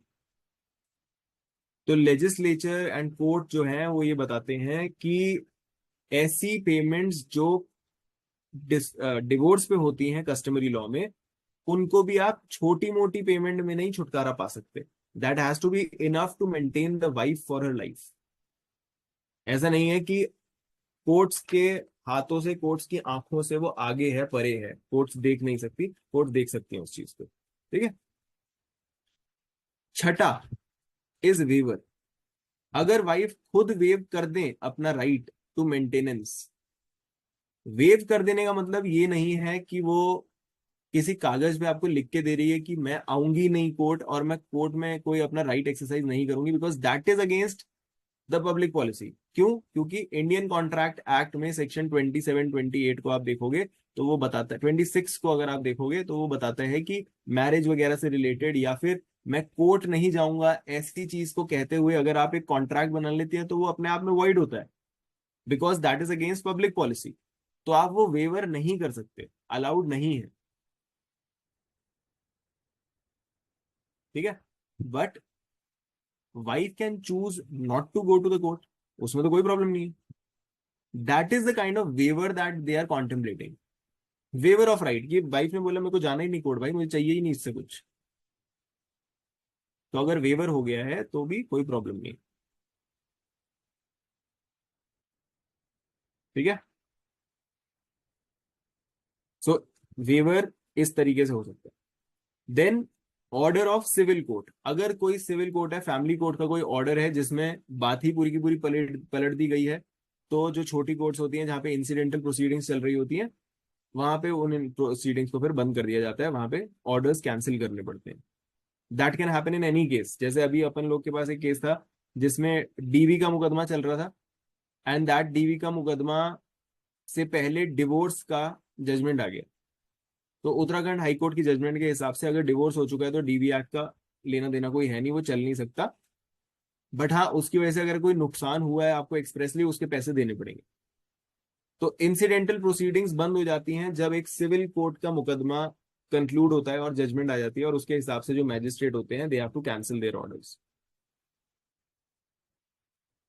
ठीक है। सो डिवोर्स हो गया, डीवी बंद, या कुछ और फाइंडिंग निकल आई फैमिली कोर्ट में तो यहाँ 125 की प्रोसीडिंग बंद। इस तरीके से वो कह रहे हैं order of a civil court अगर आ जाए then you can cancel the order, तो भी मेंटेनेंस 125 में कैंसिल करी जा सकती है, ठीक है। चलो भाई,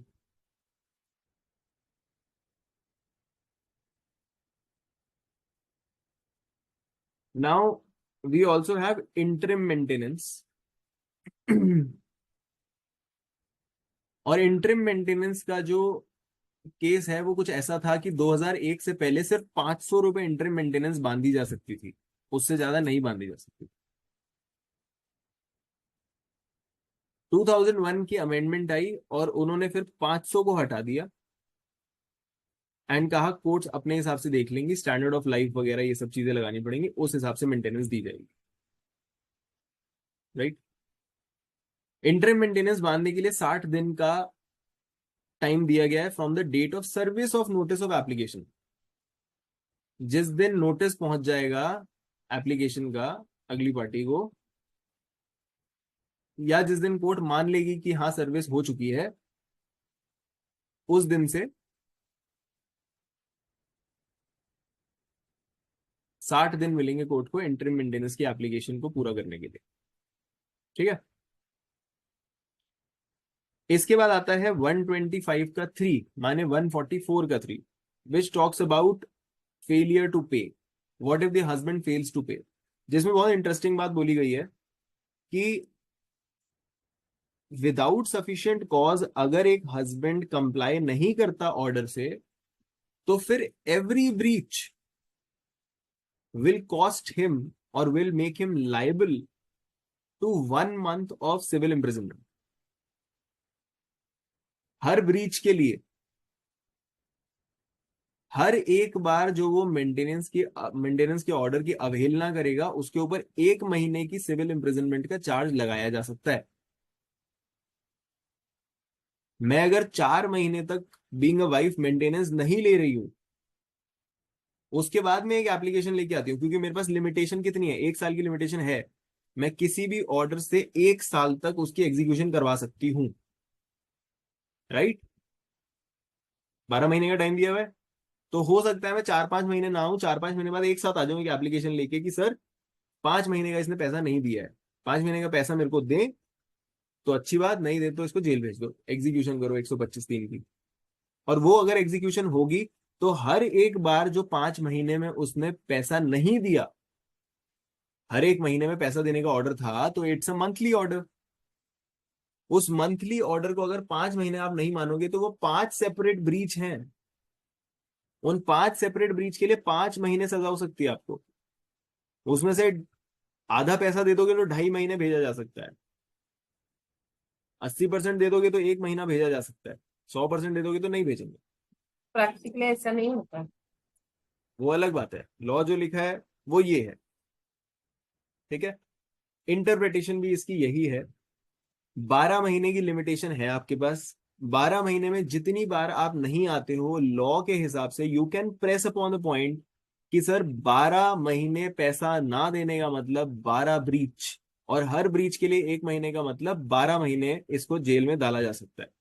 दैट इज मैक्सिमम, क्योंकि 1 साल लिमिटेशन है। किसी भी 125 के ऑर्डर को एक वाइफ 1 साल के अंदर आके एग्जीक्यूट करवा सकती है, वो 1 साल की लिमिटेशन लगाई गई है। नहीं तो नॉर्मली जो क्रिमिनल केसेस होते हैं उनकी लिमिटेशन अलग तरह से काम करती है, जो हम देखते हैं 468 से लेके 473 प्रोविजंस में पुरानी सीआरपीसी के। 468 से 473 तक दिया गया है कि अगर सिर्फ फाइन से दंडनीय है कोई अपराध तो 6 महीने की लिमिटेशन लगती है।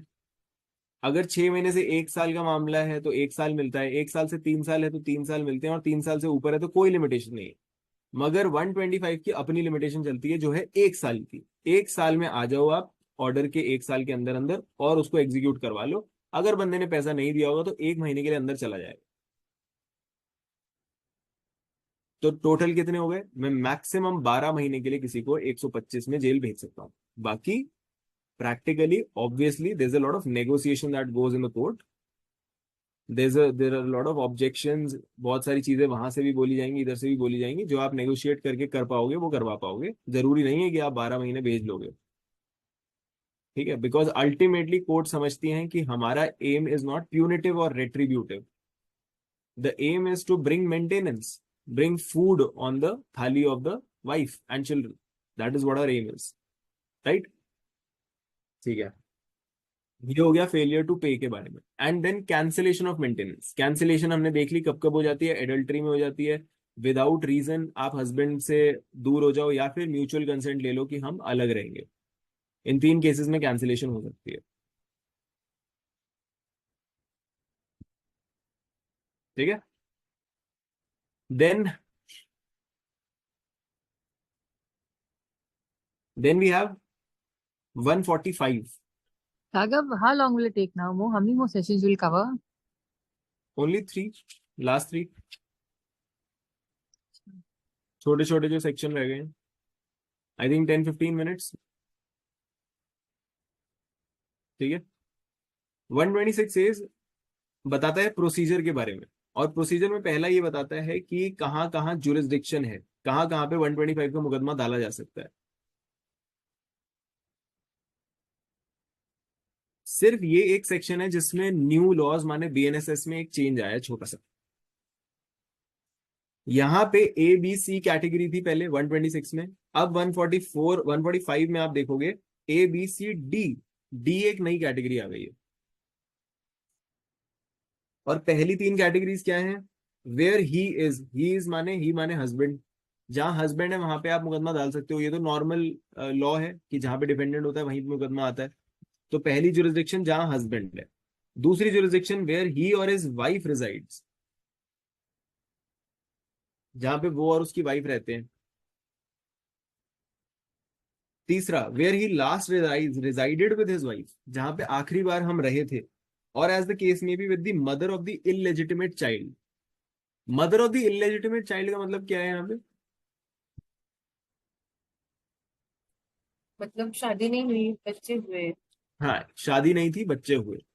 उस केस में भी हमने देखा डी पच्चई अम्मल केस, वेलुस्वामी, उसमें उन्होंने बोला शादी की जरूरत नहीं है, long cohabitation will be enough. अगर आपने उतना दिखा दिया तो 125 में आओ और लेके जाओ, राइट। चौथा उन्होंने बोल दिया वेयर हिज फादर और मदर रिजाइड्स, उसके माँ बाप जहां रहते हैं ससुराल,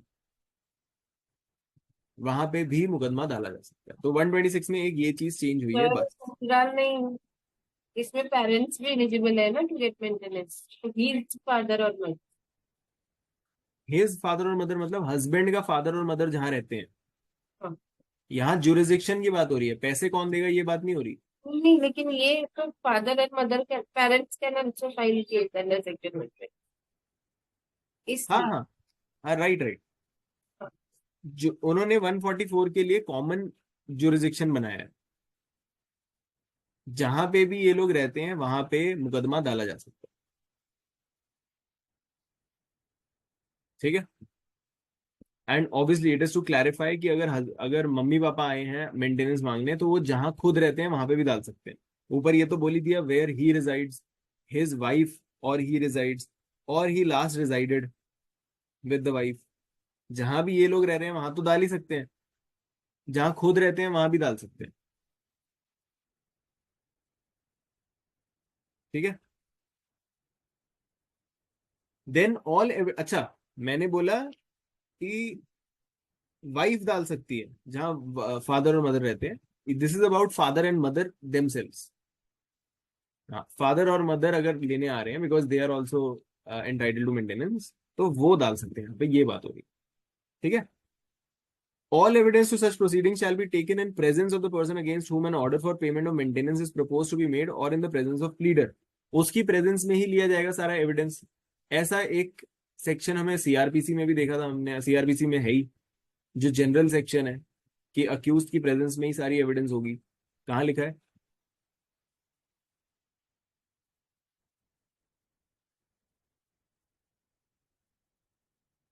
टू 273 चेक करिए।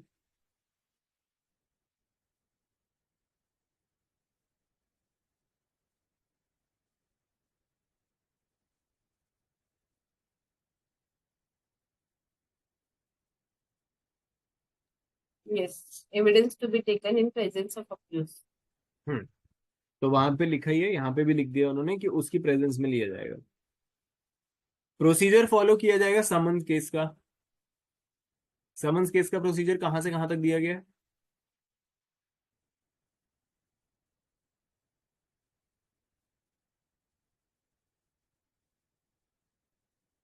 251 से 259 चेक करिए।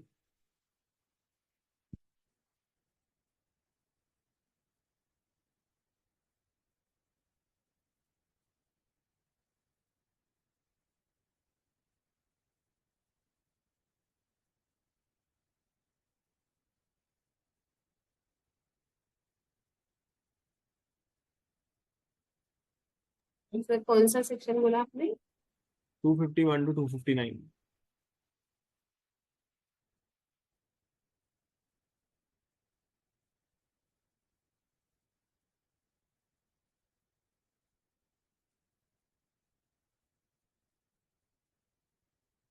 ठीक है। समन्स केस फॉलो किया जाएगा, समन्स प्रोसीडिंग फॉलो करी जाएगी। समरी प्रोसीजर है ना ये, और समरी प्रोसीजर में हम जानते हैं समन्स का प्रोसीजर फॉलो होता है। जो हमें 260 से उठा के 265 तक समरी प्रोसीडिंग दी गई है, उसमें वो बताते हैं कि प्रोसीजर जो फॉलो किया जाएगा वो समन्स का किया जाएगा। और समन्स का प्रोसीजर फॉलो करने का मतलब क्या है? कोई अलग से चार्ज वार्ज बनाने की जरूरत नहीं होती, बातचीत ज्यादा करने की जरूरत नहीं होती, ज्यादा कोई रिकॉर्डिंग की जरूरत नहीं होती, डायरेक्ट जजमेंट पे पहुंच जाते हैं। जजमेंट भी छोटी लिखनी होती, इसलिए जल्दी खत्म होता है। ठीक है। एक्स पार्टी ऑर्डर दिया जा सकता है, और एक्स पार्टी ऑर्डर को सेट असाइड करने के लिए 3 महीने में एप्लीकेशन लगानी होती है।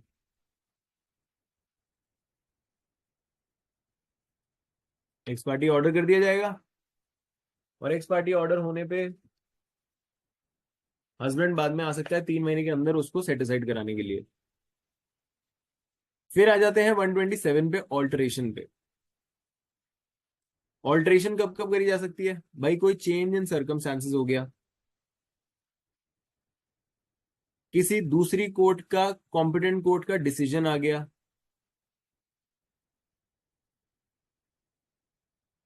वाइफ ने रीमैरिज कर ली, उसे कस्टमरी लॉज में या पर्सनल लॉज में एक सम मिल चुका है जो डिवोर्स में मिलता है,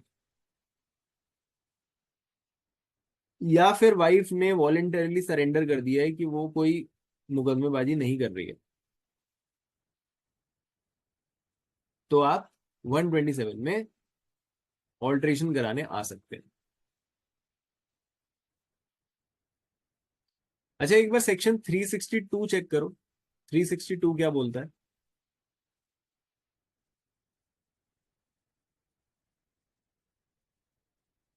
Anybody who reaches 362, please read it for the class.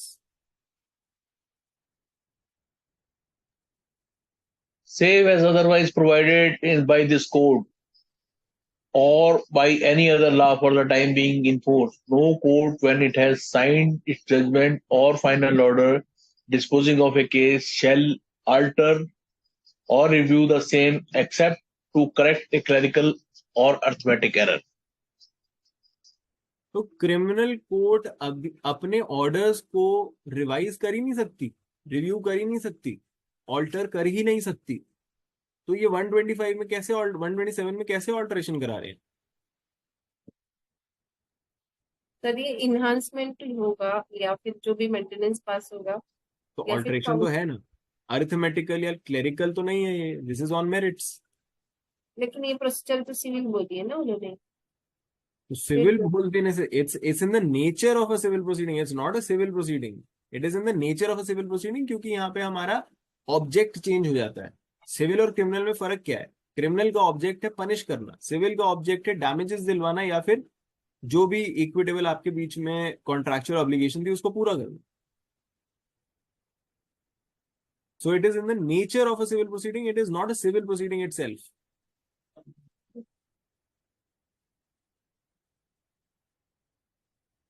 तो ये ऐसा इसलिए क्योंकि अल्टरेशन होगा ना सर। 362 के पहले 4 शब्द पढ़ो। Save as otherwise provided by this court. वो पहले चार सेव एज अदरवाइज प्रोवाइडेड, तो ये अदरवाइज प्रोवाइडेड है ना, इसलिए ऑल्ट्रेशन कर पा रहे। कैसे? तो this is one of the exceptions to 362, क्योंकि 362 शुरू ही इस जगह से होता है कि एक्सेप्ट एज अदरवाइज प्रोवाइडेड। तो अगर अदरवाइज बोला है प्रोवाइडेड तो है ना 127 में, तो अगर हमने अलग से प्रोवाइड कर दिया तो फिर क्या प्रॉब्लम है? But general rule is that criminal courts cannot alter their judgments except if there are arithmetical or clerical errors. यही चीज आपको सीपीसी में भी मिलेगी 153B में, यही चीज आपको 165 ऑफ इंडियन एविडेंस एक्ट में भी मिलेगी। हर जगह यही बोला हुआ है कि जब तक फेलियर ऑफ जस्टिस या ऐसा ऐसा सीन नहीं हो जाता तब तक you can not make any alterations to your judgements. ठीक है, except as otherwise provided, except अगर हमने लिख दिया है स्टैट्यूट में तो आप जरूर कर सकते हैं। सो this is one of the exceptions. इसके ऊपर एक बहुत फेमस केस अभी पीछे ही आया था, हमने लॉयर्स क्लब इंडिया पे कवर किया था, संजीव कपूर केस, संजीव कपूर वर्सेस चांदना कपूर 2020, जिसमें ये बताया गया कि एक मैजिस्ट्रेट की कोर्ट फंक्टस ऑफिशियो नहीं हो जाती। नॉर्मली एक कोर्ट अपनी जजमेंट डिलीवर करने के बाद फंक्टस ऑफिशियो हो जाती है, not in the office, not does not have the official capacity now. But ऐसा 125 के केसेस में नहीं होता, वहां पे ऑल्ट्रेशन करी जा सकती है बिकॉज स्पेसिफिकली प्रोवाइडेड। ठीक है, उसके बाद 128 आता है और 128 बताता है कि एनफोर्समेंट जो है, order of enforcement can be done by any magistrate in any place where the person against whom it is made may be found। हो सकता है लड़की ने प्रोसीडिंग चलाई दिल्ली में, लड़का अब रहने लग गया पुणे में, तो यहां से ऑर्डर जाएगा और मैजिस्ट्रेट वहां का एनफोर्समेंट करवा पाएगा। जरूरी नहीं है कि दिल्ली में नहीं है बच्चा, या बच्चा कह रहा हूँ हस्बैंड, तो उसके खिलाफ एनफोर्समेंट नहीं हो सकती। एनफोर्समेंट कहीं भी हो सकती है जहां पे वो मिल जाएगा। ठीक है, तो ये था 128। अब हमने बीच में बस एक बात छोड़, हमने वाइफ के ऊपर तो सब कुछ पढ़ लिया मगर हमने बच्चों के बारे में कुछ नहीं पढ़ा। बट मैंने आपको नॉर्मल बच्चों के बारे में बता दिया था दैट बच्चों में हमें बस यही ध्यान रखना है कि वो फादर और मदर दोनों से मांग सकते हैं, यहाँ पे जो आदान प्रदान है वो सिर्फ वाइफ के केस में नहीं हो रहा, क्योंकि उन्होंने क्या बोला है, anybody with sufficient means they have to maintain, क्या लिखा है, हिज वाइफ, तो हिज हस्बैंड तो कभी हो ही नहीं सकता, तो उसको तो हम चेंज नहीं कर सकते। मगर जब जब हम बोले his parents, his illegitimate minor children, his illegitimate major children, तो वहां पे तो हर मेजर चिल्ड्रन भी हो सकता है, हर माइनर चिल्ड्रन भी हो सकता है और हर पेरेंट्स भी हो सकता है। तो बाकी सारी जगहों पे हिज और हर दोनों चीजें होंगी, बट वाइफ के केस में इट इज ओनली हिज, क्योंकि जब हम सेक्शन 8 पढ़ते हैं आईपीसी का, सेक्शन 8 देखना आईपीसी का जरा,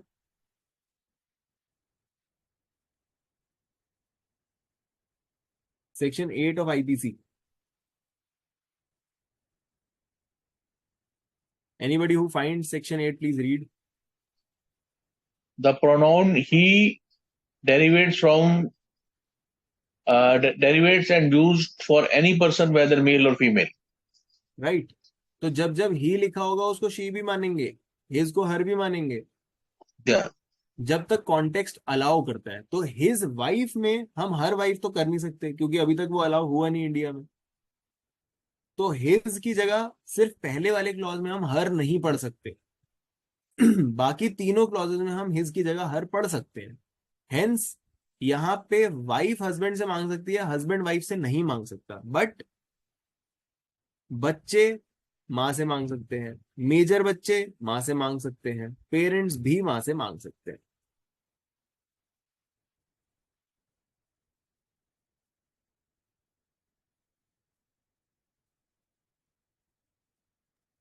अगर सीनियर सिटीजन एक्ट के अकॉर्डिंगली देखा जाए तो इवन दामाद से भी और डॉटर इन लॉ से भी मांग सकते हैं। हाँ, if some conditions are fulfilled, उसमें कंडीशंस है, ठीक है। जैसे यहाँ पे भी एक केस है जो है अबाउट, किसमें पढ़ा था मैंने, about the daughter in law having to maintain mother in law.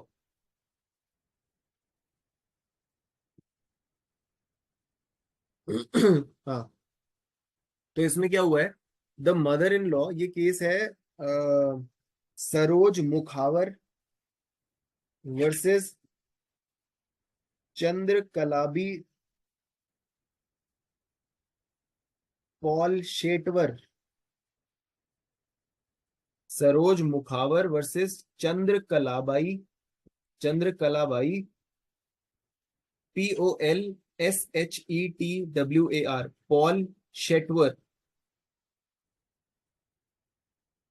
2009। इसमें बोला गया the mother in law, a widow of 65 years, mother in law 65 साल की है, not able to earn for herself claimed maintenance from the daughter in law who was appointed at rupees 10,000 as compassionate grounds on the death of her husband who was the only son of the claimant। उसका एक ही बच्चा था, उसके मरने पे compassionate grounds पे लड़की को जॉब मिली 10,000 रुपए की, और वो अपनी मदर इन लॉ को मेंटेन नहीं कर रही है, जबकि उसने अपने जॉब लेते हुए ये लिख के दिया है, साइन किया है कि मैं अपनी मदर इन लॉ को भी मेंटेन करूंगी, फिर भी मेंटेन नहीं कर रही है ना। तो इस केस में कोर्ट ने क्या बोला, the daughter in law had given an undertaking as a part of compassionate appointment as she would support mother in law, for these reasons she was liable to maintain the mother in law. तो Saroj Mukhawar versus Chandrakalabai Polshetwar 2009, important.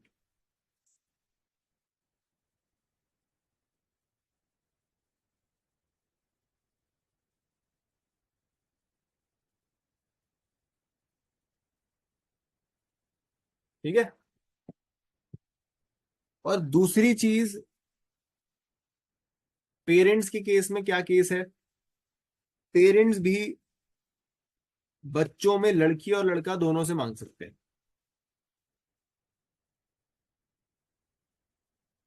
इस पे case है विजय मनोहर अरबत versus Kashirao Rajaram Sawai, विजय मनोहर Arbat versus Kashi Rao राजा राम सवाई 1987, विजय मनोहर Arbat versus Kashi Rao राजा राम सवाई, जिसमें बोला गया 125 includes a daughter whether married or unmarried within such person and she is liable to maintain the father or mother who are unable to maintain themselves. और मैंने आपको बता दिया सेक्शन 8 में जेंडर की डेफिनेशन क्या है, और हम सेक्शन 8 ऑफ आईपीसी पढ़ रहे हैं। क्या आईपीसी की डेफिनेशन सीआरपीसी पे लागू होती है? आईपीसी सीआरपीसी पे लगा सकते हैं हम? और सीआरपीसी बनाया किस पर्पस के लिए है? आईपीसी को एग्जीक्यूट करने के लिए तो है। चलो अच्छी बात है, मगर क्या कहीं ये लिखा है क्या, एक्सप्रेसली बताया गया है क्या, या हम ऐसे यूज कर रहे हैं इम्प्लीकेशन के through?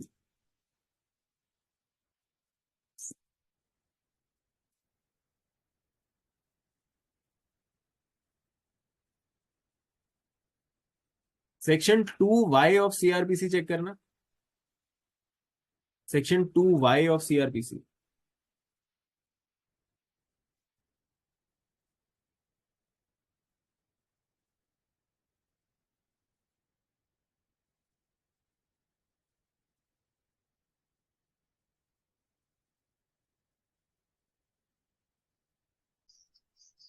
The words and expression used herein and not defined but defined in Indian Penal Code have the meaning assigned to them from that code. Right. तो जो चीज सीआरपीसी में डिफाइंड नहीं है मगर डिफाइन करी गई है आईपीसी वगैरह में, तो हम वहां से उठा सकते हैं। तो इनमें इंपोर्ट एक्सपोर्ट होता रहता है, ठीक है। तो हमने 125 से लेके 128 और 144 से लेके 147 तक कवर कर लिया है with judgments and with whatever I could tell on the academic front. If there's any question you can ask. If you want, we can read through the sections once if that is needed. Do we need a reading?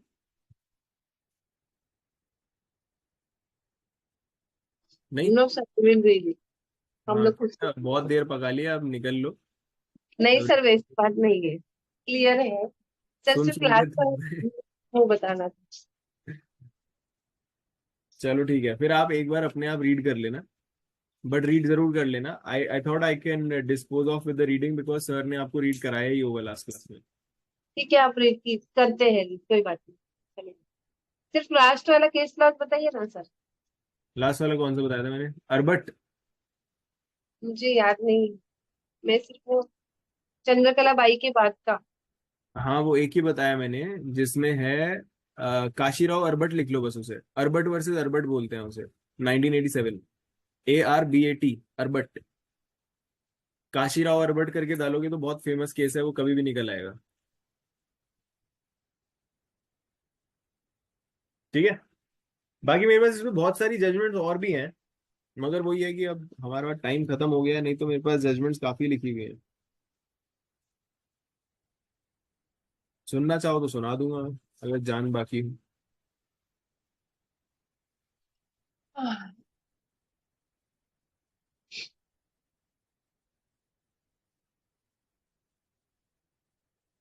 चलो एक आध लिख लो, important important बता रहा हूँ बस।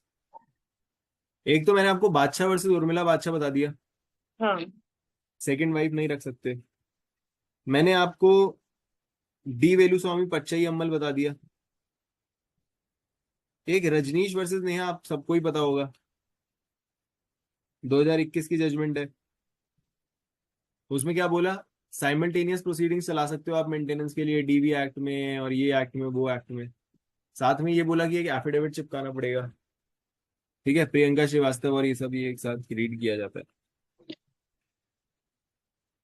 फिर एक केस है इंदिरा शर्मा वर्सेस VKV शर्मा 2013। ये डी पच्चई अम्मल में जो लिव इन कपल्स को प्रोटेक्शन दी थी, वो इस केस में रीफोकस किया गया और रीसॉलिडिफाई किया गया। ये क्या था? NM Sharma versus? नहीं, ये था इंदिरा शर्मा वर्सेस VKV शर्मा।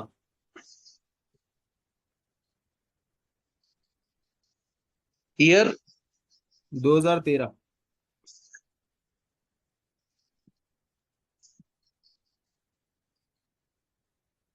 दूसरी चीज, 125 में के ब्रीच में जब भी पनिशमेंट मिलेगी, it is always going to be simple imprisonment, rigorous कभी नहीं होगी। ये बोला गया कुलदीप कौर वर्सेस सुरेंदर।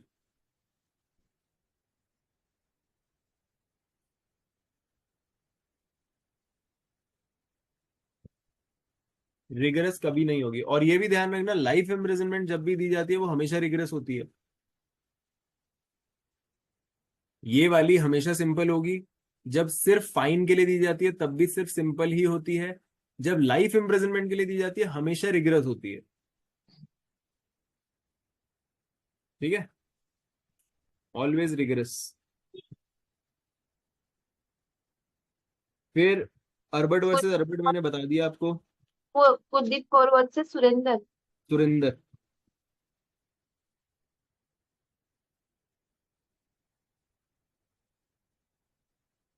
फिर खेमचंद ओम प्रकाश वर्सेस गुजरात में बोला गया सेकेंड वाइफ को मेंटेनेंस नहीं मिलेगी अगर फर्स्ट वाइफ अलाइव है। No maintenance to second wife if previous wife is alive. और उसको पता है कि एक प्रीवियस वाइफ है फिर भी जाके शादी कर ली उसने, तो उसको कोई मेंटेनेंस नहीं मिलेगी जब तक वो जिंदा है। जब वो मर जाए तो इसकी मेंटेनेंस बांधी जा सकती है, विचार किया जा सकता है।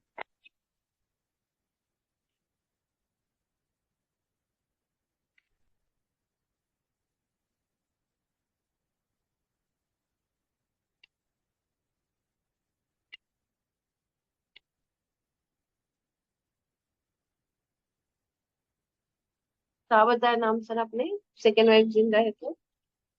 हेमचंद ओम प्रकाश वर्सेस गुजरात। हेमचंद ओम प्रकाश वर्सेस गुजरात। खेमचंद। खेमचंद।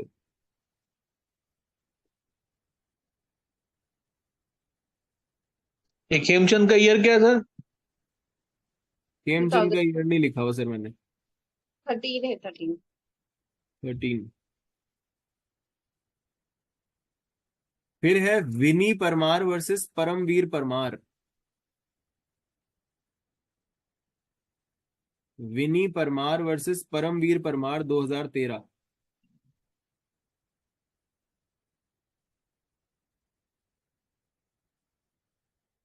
इसमें बताया गया कि जो स्टैंडर्ड्स हस्बैंड के हैं उसी स्टैंडर्ड के हिसाब से मेंटेनेंस दी जाएगी। उसको लग्जूरियस होना जरूरी नहीं है, and it should not affect the status of the respondent also. ऐसा नहीं कि आप हस्बैंड को अब गरीब कर दो, उसके स्टेटस को गिरा दो, उसको अपने स्टेटस से बाहर निकलना पड़े। वाइफ को निकालने के और उभारने के चक्कर में आपने हस्बैंड खत्म कर दिया, दैट इज नॉट अलाउड।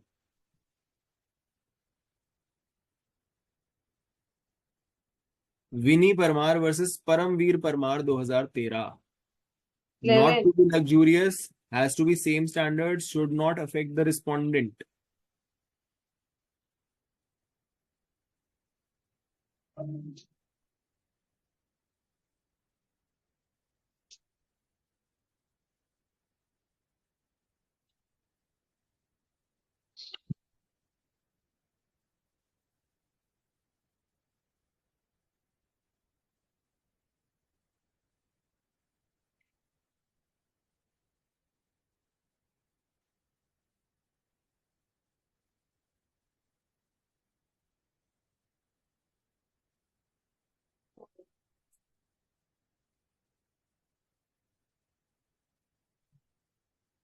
वंदना है।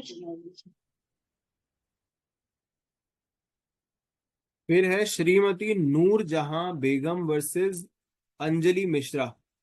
नहीं नहीं नहीं, नूर जहां बेगम alias Anjali Mishra.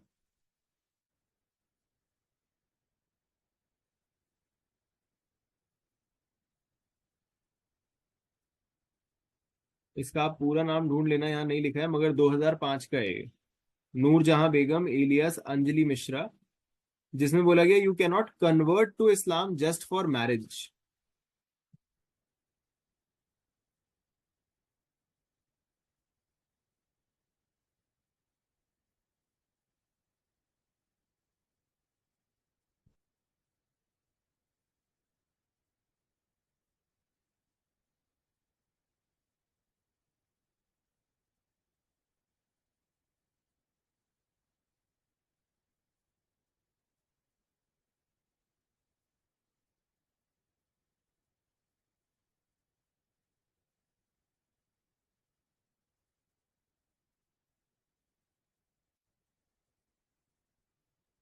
Nur Jahan Begum at the Anjali Mishrana versus UP. हाँ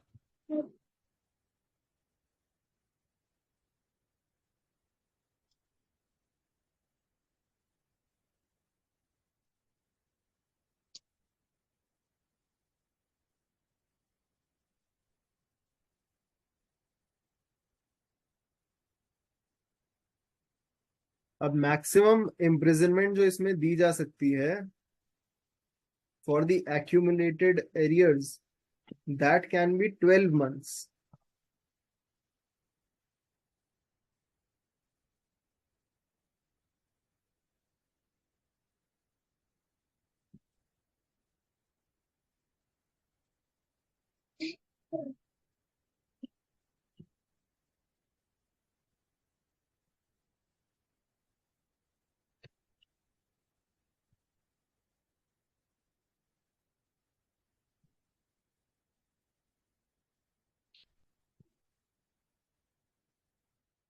ये 12 मंथ्स वाला जो है बॉम्बे हाई कोर्ट में बोला गया था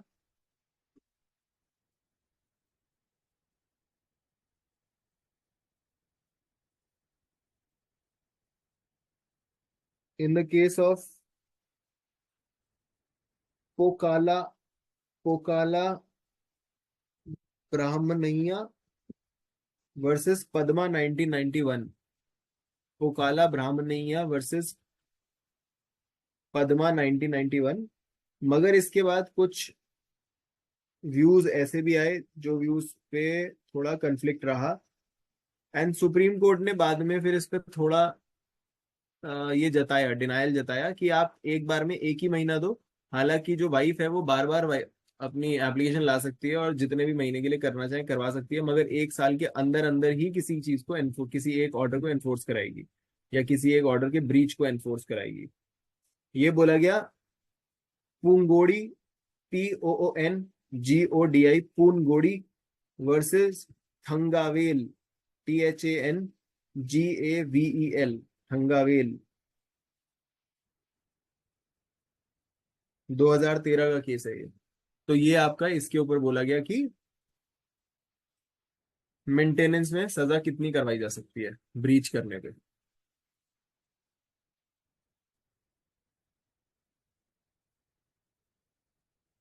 ठीक है जी.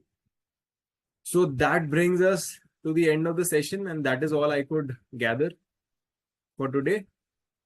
I hope we've not तो छूटा नहीं है. बाकी कोई क्वेश्चन है तो आप पूछ सकते हैं. कुछ और कवर करना हो तो वो भी बता देना.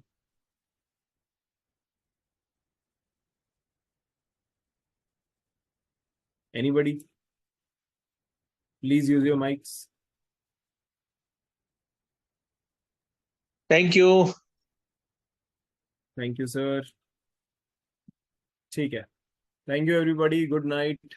See you next week. Thank you, Nandini. Thank you.